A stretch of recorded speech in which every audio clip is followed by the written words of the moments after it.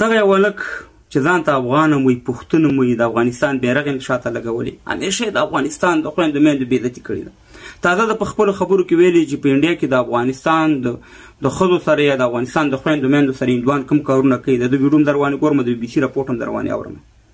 ما نه غوښته چې په دغه شان بې غیرت باندې زه ویډیو ډک کړم، خو دا له ډېر وخت نه افغانانو ته توهین کوي. او همدغه شان د اشخاصو د خپل یو شناختی کارت دپاره خپله مور، خپله خور، خپل افغانستان یې خرڅ کړی او په پنجاب سره سودا کړې د افغانستان په سر او د افغانستان د خویندو په سر. راځئ اول در باندې زه دا خبرې در باندې اورم، بیا دته انشاءالله زه جواب ورکوم چې پاکستان بیا څه څه کړي دي. دا خبرې واورئ، بیا د BBC راپورټ واورئ، بیا سره خبرې کوم. واورئ. ښه صحیح وخت شئ ښه دوستانو ویډیو ته. ما 3 کاله په هندوستان کې تېر کړي، په دلی کې هم ښه. دلی کې چې کله هندوان شراب څکي نشه شي او بیا د افغانانو په لور او په خور او په مور باندې لاس اچوي، ما په سترګو لیدلي، ما خپل په دې سترګو 3 کاله دا فلمونه ما لیدلي دي هلته. صحیح ده. او هېڅوک هم پوښتنه نه کوي او میډیا هم بند دی په افغانانو باندې. افغانان نشي کولی چې دا خبرې په میډیا کې وکړي. صحیح ده. خو په پاکستان کې دومره درته وایم که د افغانستان یا د یو افغان خور مور ته یو پاکستانی په بد نظر وګوري، زه درته قسم خورم چې بل پاکستانی به خپل دغه پاکستانی سترګې به پرې وباسي، خو دې کار ته به اجازه ورنه کړي چې داسې یو کار وکړي. بیا هم پاکستان ټارګټ او انډیا. پاکستان په پنجاب کې د یوه ورور لخوا په خپلې خور تر جنسي تیري وروسته، ولې په پاکستان کې پر ښځو د جنسي تیري پیښې ډېرې شوي دي. یوازې په پنجاب صوبه کې پر نږدې 22,000 ښځو جنسي تیری شوی دی. پاکستان کې په وروستیو 4.5 کالو پر مهال 14,400 ښځې د جنسي تیرو ښکار شوي دي. د جنسي ځورونې پر ضد مبارزه کوونکې اداره وار اگینسټ ریپ رپورټ ښایي چې 82% ښځو سره د کور دننه او نږدې خپلوانو جنسي تیری کړی دی. کال 2022 راپور تر مخه د جنسي تیرو او نور کورني تشدد ناوړه پیښو له امله 90 ښځې وژل شوي دي. 2018 کال کې 4,326 ښځې د جنسي تیری ښکار شوي دي. 2019 کال کې 4,378 ښځې د جنسي تیری ښکار شوي دي او 2020 کال کې 3,878 ښځې جنسي ځورول شوي دي. خو څېړونکي وایي زیاتره کیسونه وادي ورې د بې غیرته. دا خو د BBC راپورټ، اوس د دې باچا کاموال راپورټ واوره. بې غیرته اول خو تا ته مرګ په کار شو، تا 3 کاله په انډیا کې تېرول او ستا په خور مور باندې د 3 کیلو هندوانو په لاس اچو او ته ژوندی راوتې، باید چې ته خو اوس مردار وې.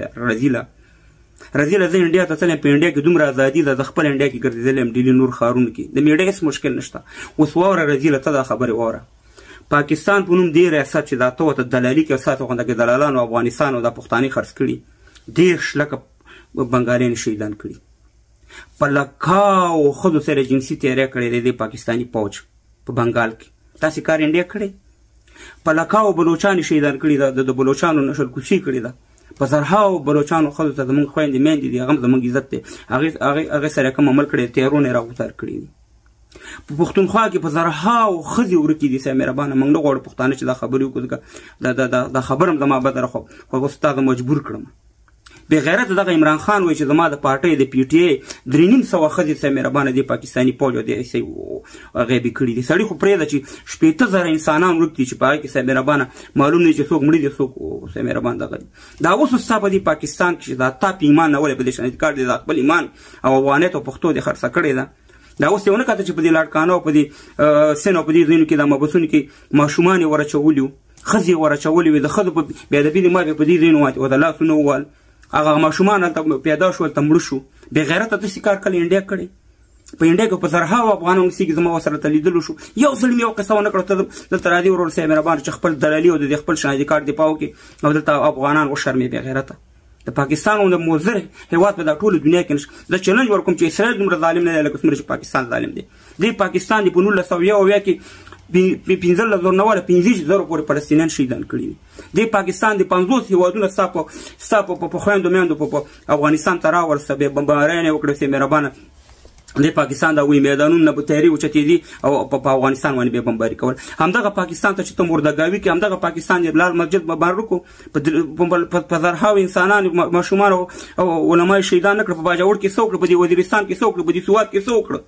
همدغه پنجابیان لګېدي چې د پاکستان دغه پوج دلالي کوي ښځې به دوبۍ او بل ځي ته د پنجابیانو ویډیوګانې شته او تا په سترګو ړوند شي چې تا د افغانستان پسې راغستې ده مردګا وه چې د خپل د یو ویو دپاره ته راځي د افغانانو خویندو میندو ته دومره غټ توهین کې دومره غلطې خبرې کوي او تا یو ځل نه تا څو ځل کړي دي نو زه غواړم چې ستا غونده کې مردارخورو باندې زه ویډیو وکړم خو مجبوره شم چې ستا ته جواب درکړم هراني نورې لارې د خدای بله لارې دي چې د ویو دپاره د دغه دپاره وي هغه اختیار که څه ضرور دی چې د افغانانو خویندو میندو پورې ته لګېږي د افغانانو خویندې میندې الحمدلله په عزت کې دي ایله منډۍ دې لیدلې که نه دي لیدلې او اشرف خانې ته نه په پاکستان کې دا نور شیونه ته نه د شیونه په انډیا کې شته دی کوم کارونه چې په پاکستان کې کېږي راولو کوئ د خدای په قهر ککړ شي چې تاسې د خپل ویو دپاره د خپل شناختی کارت چې پاکستان کې به دي یو کور یو دکان به دي ته خپل ایمان افغانیت پښتو هر شی په پنجاب باندې غواړې چې ته ځان په پنجاب ته نږدې کړي نالت دې وي ستا په تربیت چې تا له داسې تربیت درکړې ده افغانان ورونو ښه بمبار کړي دغه شانې اشخاص